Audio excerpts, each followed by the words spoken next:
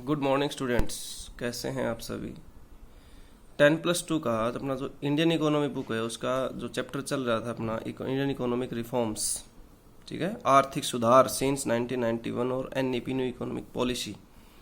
तो उसके अंदर elements of NEP new economic policy, नई आर्थिक नीति के तत्व कौन कौन से। तो आपने पहले भी एक बार डिस्कस किया था बिजनेस स्टडीज़ के अंदर भी। लिबरलाइजेशन, प्राइवेटाइजेशन, ग्लोबलाइजेशन, कहने का मतलब उदारीकरण, निजीकरण, वैश्वीकरण, ठीक है। ये तीन मेन एलिमेंट्स हैं नैप के अंदर, एनईपी के अंदर।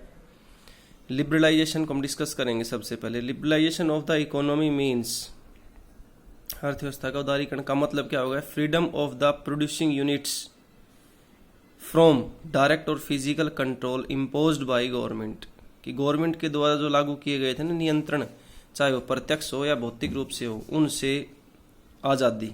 सरकार के द्वारा जो नियंत्रण लगाए गए थे उनसे आज़ादी, कहने का मतलब। तो following are some notable observation in this regard, इस संबंध में कुछ पॉइंट हैं।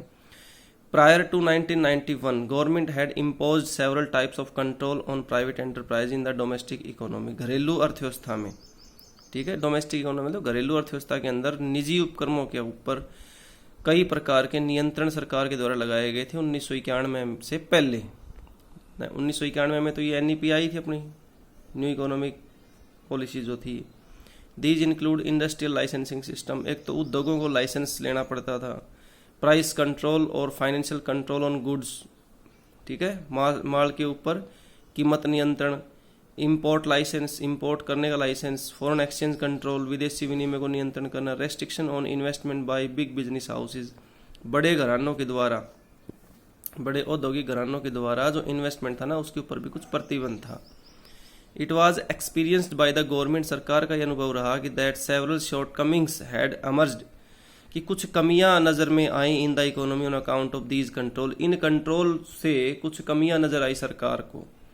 These controls had given rise to corruption, undue delays and inefficiency, अकुशलता, भ्रष्टाचार, इन सब को, ठीक है, अवांछनीय देरी, ये सारे के सारे क्या थे? ये सारे के सारे क्या थे? सरकार ने जो नियंत्रण लगा रखा था ना उसके नुकसान थे ये। अब ये करेगी why controls are imposed after all, फिर भी सरकार ने क्या कंट्रोल क्यों लगा रखा था? तो in the context of the Indian economy controls were imposed by government with a view to, इस प्रकार से देखिए, checking the growth of private monopolies, कि जो निजी मोनोपोलीज थे ना, मोनोपोली का मतलब होता है एक प्रकार से जैसे एकाधिकार जिसका होता है, ठीक है। तो checking the growth of private monopolies, जो निजी एकाधिकारी थे उनकी ग्रोथ को चेक करना। And minimise the hold of large industrial houses, बड़े औद्योगिक घराने, ठीक है, on the financial resources of country, देश के वित्तीय संसाधनों के ऊपर देश जो बड़े औद्योगिक घराने थे ना उनका जो होल्ड था, उनका जो एक प्रकार से घेराव था, उसको क्या करना? कम करना, मिनिमाइज करना। सम banks were nationalised in 60s, कुछ बैंकों को कह रहा है कि नेशनलाइज, राष्ट्रीयकृत कर दिया गया। अब ये ध्यान रखना है आपने, ये 1969 में किया गया था स्टूडेंट्स। 1969 के अंदर 14 बैंकों का राष्ट्रीयकरण किया गया था, ठीक है।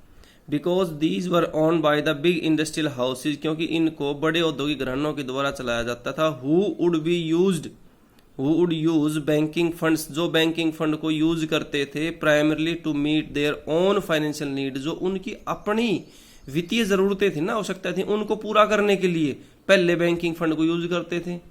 इसलिए बैंकों का क्या कर दिया गया? राष्ट्रीयकरण कर दिया गया।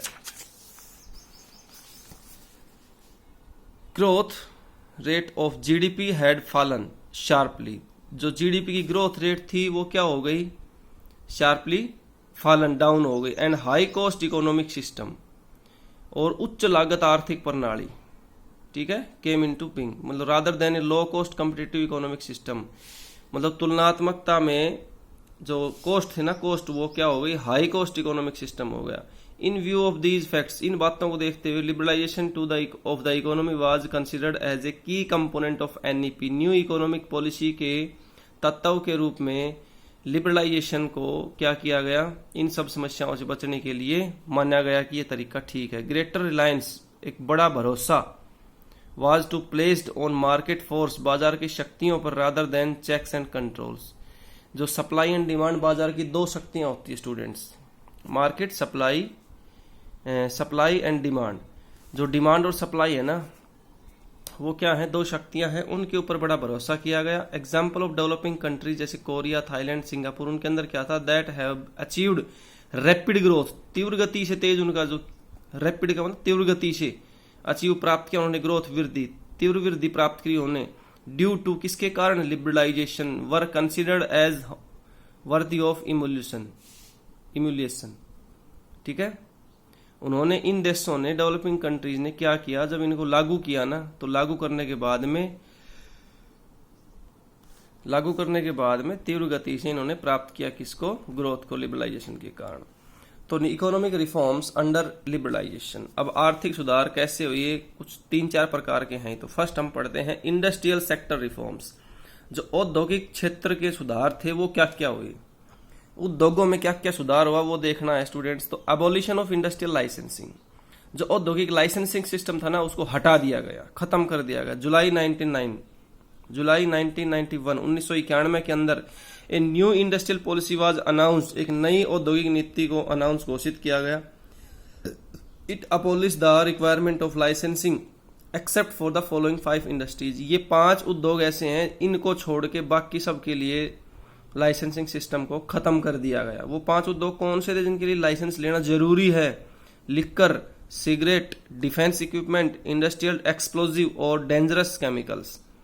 तो स्टूडेंट्स ये बड़े ध्यान से आपने याद करना है कि 5 के लिए तो रखा गया लाइसेंस की, जब भी कोई आदमी ये इस प्रकार के जो है उद्योग इंडस्ट्री लगाएगा ना, तो उसे लाइसेंस लेना पड़ेगा, बाकी किसी के लिए कोई लाइसेंस नहीं लेना। कॉन्ट्रैक्शन ऑफ पब्लिक सेक्टर, सार्वजनिक क्षेत्र को क्या कर दिया गया, संकुचित कर दिया गया। संकुचित का मतलब क्या हो गया, सिकुड़ना मतलब। Under the new industrial policy, number of industries reserve for public sector was reduced from 17 to 8। अब ये कह रहा है कि कुछ ऐसे उद्योग थे, इंडस्ट्री थी, जिनको सरकार ने कह रखा था कि भैया ये गवर्नमेंट मतलब पब्लिक सेक्टर ही चलाएगा इनको। कुछ उद्योग ऐसे थे, गिन के 17 थे, भाई ये उद्योग जो है ना ये केवल सार्वजनिक क्षेत्र में चलेंगे। सरकार ने क्या किया, इस नीति के आने के बाद में 17 से 8 हो गए, वो केवल 8 उद्योगों को छोड़ दिया, बाकी को निजी आदमियों को दे दिया। अब ये कह रहा है कि 2010-11 के अंदर क्या हुआ, number of these industries were reduced merely to 2, केवल 2 को छोड़ के। केवल 2 उद्योग ऐसे जो सरकार के पास रहेंगे, सरकारी एटॉमिक एनर्जी और railways.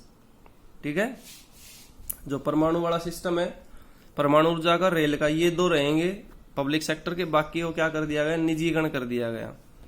D reservation of production areas, जो उत्पादन क्षेत्र है उनका डी रिजर्वेशन कर दिया गया, मतलब जो उनको आरक्षित किया गया था। Many production areas which earlier were reserved for SSI, पहले जिनको एसएसआई स्मॉल स्केल के लिए, क्या पहले जिन उद्योगों को स्मॉल स्केल के लिए रिजर्व किया गया था, वर डी रिजर्व, उनको दोबारा से अनारक्षित किया गया।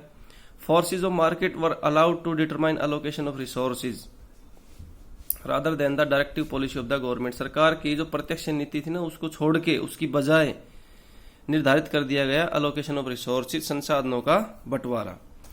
Expansion of production capacity, expansion of production capacity, विस्तार कर दिया गया किसका, प्रोडक्शन कैपेसिटी का, उत्पादन क्षमता का विस्तार। Earlier production capacity was linked with licensing, पहले जो उत्पादन क्षमता थी वो लिंक किसके साथ थी, उत्पादन उसके लाइसेंसिंग के साथ थी। Now freedom from licensing implied freedom from capacity constants, जो क्षमता का एक पैमाना था उससे आजादी दे दी गई। What to produce and how to produce, how much to produce was now a matter of producers choice depending on market condition, बाजार की दशाओं के ऊपर, और ये था डिपेंडिंग किसके ऊपर, प्रोड्यूसर चॉइस, उसकी इच्छा थी प्रोड्यूसर की कि वो कितना करेगा। Freedom of import capital goods, freedom to import capital goods, पूंजीगत वस्तुओं के आयात की आजादी दे दी गई। Liberalisation also implied freedom for the industrialist to import capital goods, मतलब उद्योगपति जो थे वो कैपिटल गुड्स से परचेज कर सकते थे।